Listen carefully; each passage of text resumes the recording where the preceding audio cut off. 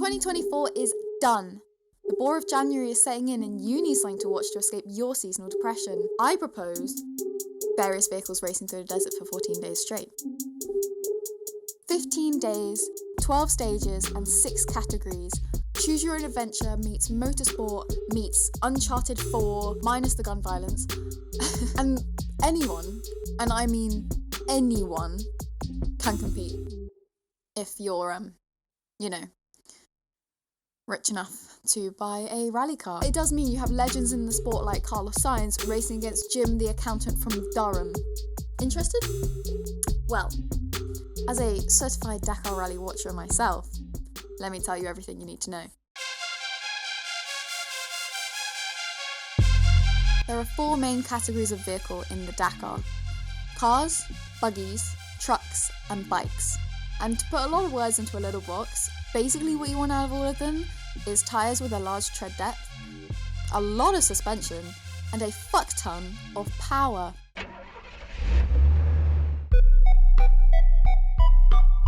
To divvy this down even more, cars can be split into 2 classifications: purpose-built rally raid cars called T1 and modified mass-produced cars called T2. There are more subsections within these, but they do get a little confusing, so we're just gonna keep it surface level. The newest addition to T1 cars for 2025 is the Ford Raptor T1 Plus. It kind of does what it says on the tin. It looks like a Raptor and it ticks all the boxes. It has the power, has the suspension, has the large tread depth. It's got everything you want. Other notable T1s include the Toyota Hilux T1 Plus and the Audi RSQ e-tron. This was the first ever almost fully electric car to win the Dakar last year actually. But when talking about T2, there is much more to talk about. Since the Dakar started with almost entirely modified road cars, you have years and years and years of T2 cars to mention, but we will come back to that later, so I will just mention the Mitsubishi Pajero? I've never learnt the way to say it. I'm going to say Pajero. Don't slate me in the comments if that's wrong. Regardless of how you say it, this one's very notable because it won 12 races between 1983 and 2007. At one point, I think 7 consecutive wins in a row, which is mad, to be honest. But anyway, on to the next. Buggies are often talked about alongside cars since they are very visually similar, I'd say. But to me, these are one of the best parts of the Dakar. Seeing them go over the dunes when we get to the complete desert is crazy. And unlike cars, they have a very straightforward classification pretty much. So no confusing terms and lingo to learn.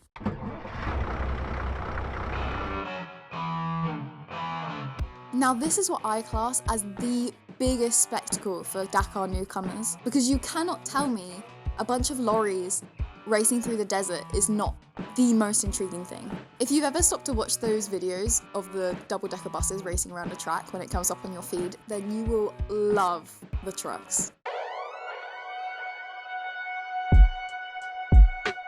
For the last of our 4 main categories, we have bikes.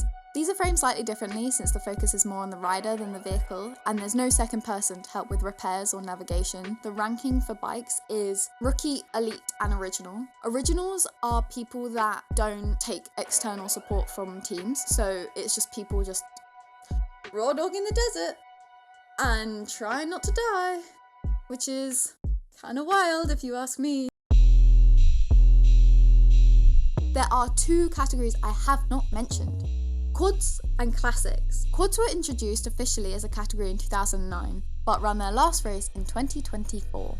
Historically, this category has been the smallest and I think only had about 10 runners in their last ever race. I remember it being cool to watch when I was a kid, so I'm putting them in here as an honourable mention.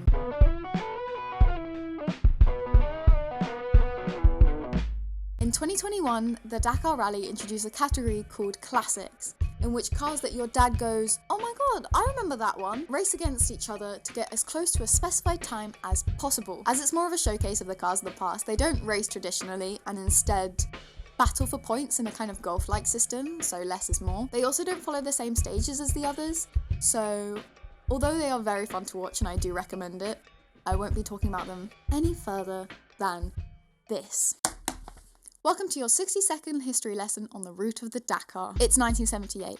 A brand new rally race called the Paris-Dakar has been created. Starting in Paris and ending in the Senegal capital of Dakar, this 10,000 kilometer race travels down through France before crossing the ocean into Algeria, Niger and Mali before finally finishing in Senegal. We then fast forward to 2008 where the race is cancelled due to concerns of threats. It is later announced that the 2009 rally will be held in South America. Starting and ending in Buenos Aires, this version of the Dakar would only race through Argentina and Chile. The Dakar remained in South America for 10 years before moving to Saudi Arabia, where it still is being held today. Right, now that you're all caught up, let's talk about the 2025 Dakar route. I actually need these, I don't know why I chucked them away.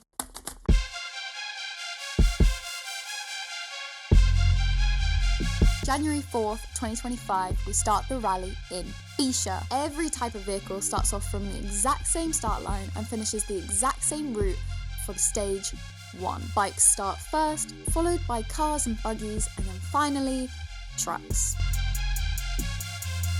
We continue in Bisha for stage 2. This is the 48-hour chrono stage.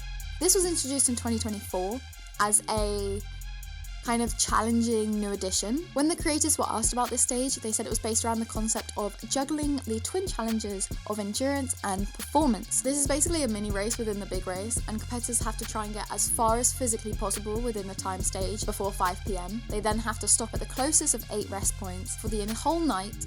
They cannot do anything, they're not in touch with their team, they can't touch their cars until the next day, where they then have to complete the remaining of their timed special. For the final stage in Bisha, the convoy travels 845 kilometers through the day before finishing in El Henkia that night. Similar to the 48-hour chrono stage, stage 4 marks the beginning of the marathon. The competitors tackle the volcanic canyons through the day before reaching Alula, where they are once again cut off from their teams and service vehicles. Meeting them on the second half of the marathon stage is a face-to-face challenge with rocky terrain. This stage is all about reaching the halfway point, marked by the rest day on January 10th. This, for a lot of competitors, is what they set out to do. Getting halfway through the Dakar Rally in and of itself is an amazing feat. I haven't mentioned it yet, but although there is an overall route, there is no specific path for each stage. So competitors basically just have to compete in like an IRL GeoGuessr while also trying to win a race, which to me sounds like hell, but is very fun to watch. But we're not done yet, so let's keep it going. We kick off the second week of the rally heading 829 kilometers further south through the dunes to Al Duadimi. After this stage, we see bikes split off from the buggies, cars and trucks and do their complete different route until the very end of the rally. So for the first of 5 split stages, we see cars tackling the dunes without the tracks of the bikes in front of them, which makes it a whole lot harder, but also they end up finishing the stage most of the time before nightfall. This is also where top runners will start to become clear for each of the categories as things shake up a little bit from here on out. In stage 8, we leave Al Duadimi and we race towards the capital of Riyadh. 5,000 kilometers of this rally has already been completed and we have not even touched the sand of the empty quarter yet. Just as an FYI, the dunes in the empty quarter have been recorded to reach 250 meters high. So as you can imagine, this tends to be the toughest of the conditions of the rally. In stage 9, we wave a fast goodbye to Riyadh as we race towards the empty quarter. With only 357 kilometers of timed racing today, competitors are pushing as hard as possible to remain in their spots in the standings or to improve their spots before we reach the mountainous dunes that are to come.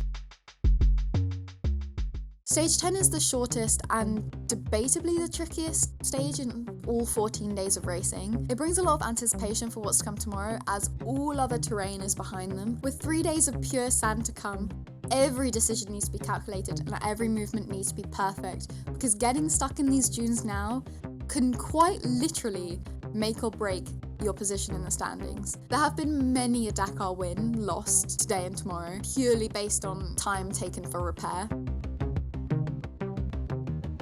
Stage 11 sees cars and trucks diverge their paths, and although this isn't the last stage, it is basically the last stage of competitive racing. Each category is on their own battle path, and everyone is racing as hard as possible to get their win tomorrow. Congratulations! You've made it to the final day of the Dakar! All vehicles come together to start the stage in one big group in a complete mirror opposite to stage 11. Stage 12 is a much less nail-biting experience and more of a spectacle. Although there is still 134 kilometers of time special today, very rarely is there drama on the last day. It tends to be just a very kind of aesthetic, atmospheric day of racing. Everything ends on a very satisfying high, and even those who don't win, I'm sure, are very happy to have completed all 14 days of the Dakar. It must be a huge relief to just have completed this looming challenge and just be like, I did that. That would be my biggest flex. Honestly, my ego would be so big. I'd be like, you can't tell me anything. I completed the Dakar. As a little side note at the end here, if you're at all interested in past races and their routes, the Grand Tour did an episode a few years ago where they basically followed the entire route of the original Paris-Dakar rally. Also, if you're like me and you like to deep dive every piece of information possible about something when you're interested in it, the official Dakar Rally YouTube channel has posts about Dakars of the past, highlights, even things down to like technical information about how the bikes follow their navigation and stuff, which is very interesting. I think Red Bull also posts sort of things like that, and you can research some people that compete and follow them on Instagram.